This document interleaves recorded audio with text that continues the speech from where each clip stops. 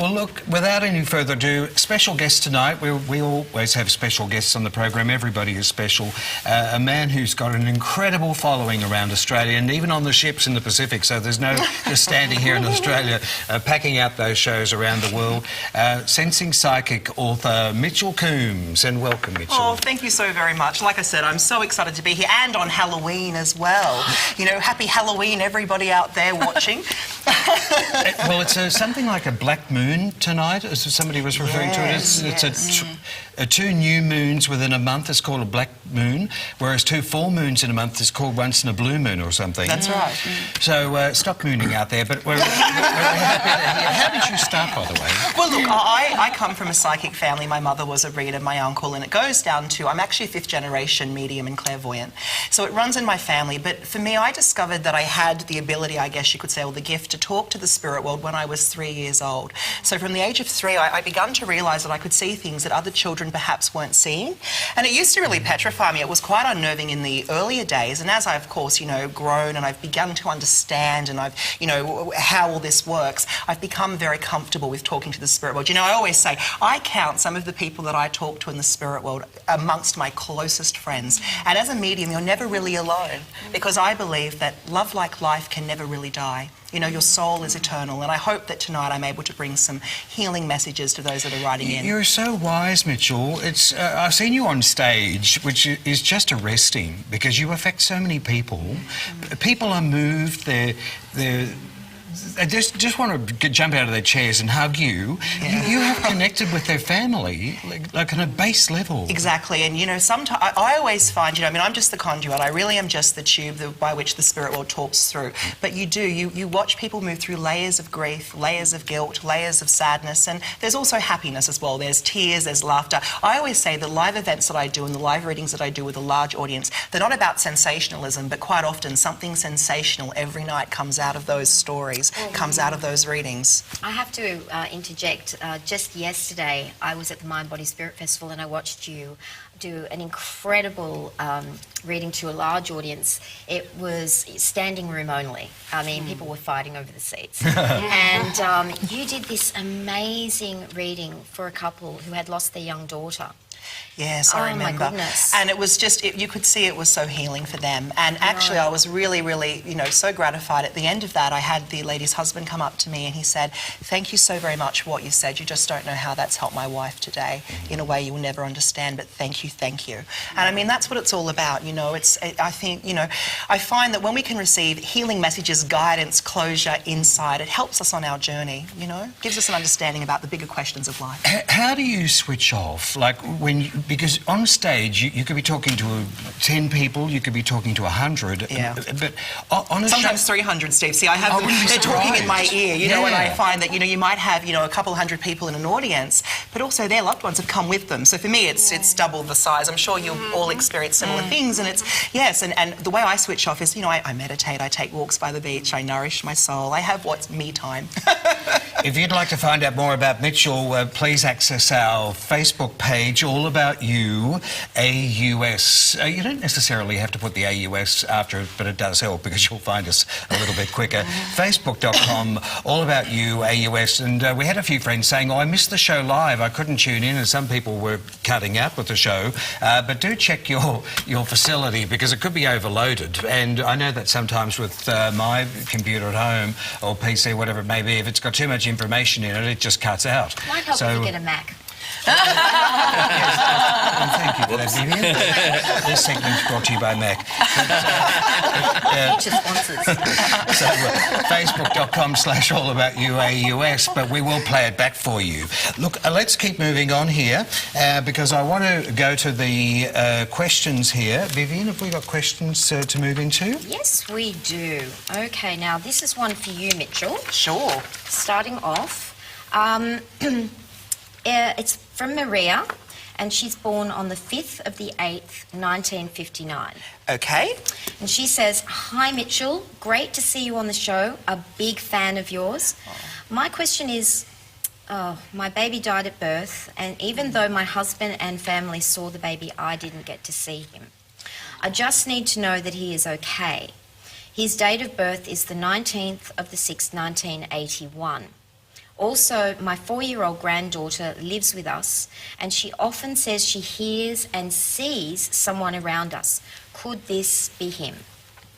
Right. Well, first things first, I just want to say my heart goes out to you, Maria. I feel that there's no loss greater than the loss of a child. And even though I know that for every child that passes, a young angel is born, I know it offers very little comfort at the time. So what I want to share with you firstly is I feel that your little boy that you never got to hold in your arms, you know, is your angel and is definitely around you. And I actually feel he will come to you through dreams. I feel that your other child, your younger one that I feel I'm being told here is seeing things, feeling things, hearing things, is actually seeing his soul, seeing him when he comes to visit, is what I'm being told here. So I want you just to know that, you know, young children often make wonderful windows for the spirit world because children are, you know, their minds aren't tainted with the same brush as perhaps as having cultural training and dogma and different beliefs. So they're pure, they're open. So I feel that, you know, your children actually will feel him, will see him, and will sense him around. I'm going to draw a few cards for you as well, Maria, just looking here. And, you know, you also are a one life path and you're moving into a 4 years. So I do feel like saying to you that you are going to have a lot more stability coming up for you now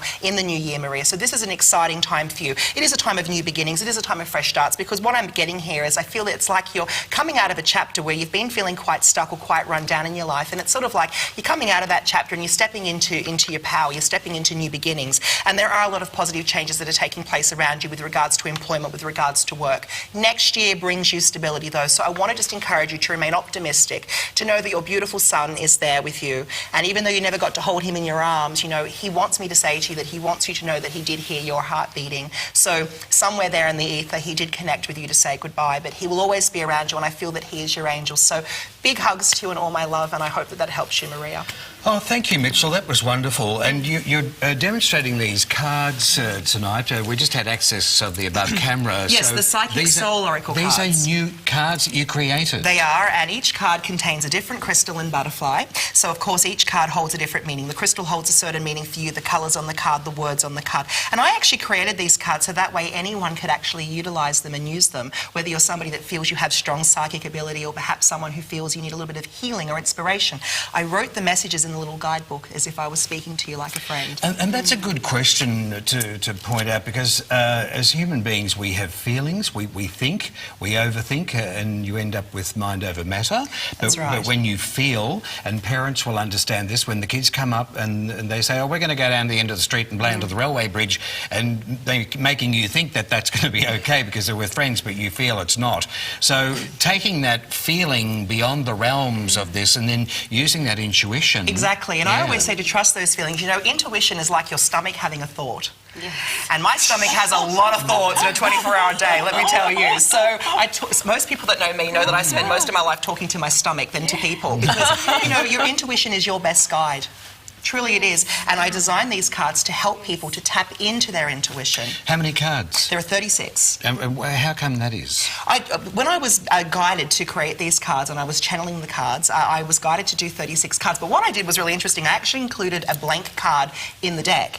And the idea of that is if you receive the blank card, it just means that there is a clearing that's taking place in your life. It means that the universe has perhaps bigger plans than you have for yourself. So it's a wonderful blessing. People draw the blank card when they don't understand it. They think, oh, what does this mean? But the blank card's a wonderful, wonderful omen, if you will, in the cards. It shows you there's a clearing in your life. It's just fantastic. We'll have a look at your books too a little bit later coming up. Sensing Psychic, Sensing Spirit. We're going to do some giveaways too, aren't we? Which is wonderful. So access our show. We don't want you to miss out. Facebook.com/allaboutYou. So Mitchell, for you, yes. Question number 5. Vicky is, oh God, look at this powerful birthday, 22nd of the 11th, 1958. I was wondering, how does it work when someone dies? My dad died at 41, and when I die, I will be older than him. How will he know me? Thank you. What a wonderful question that you've asked, Vicky. And Steve is absolutely right. What a powerful, powerful birth date.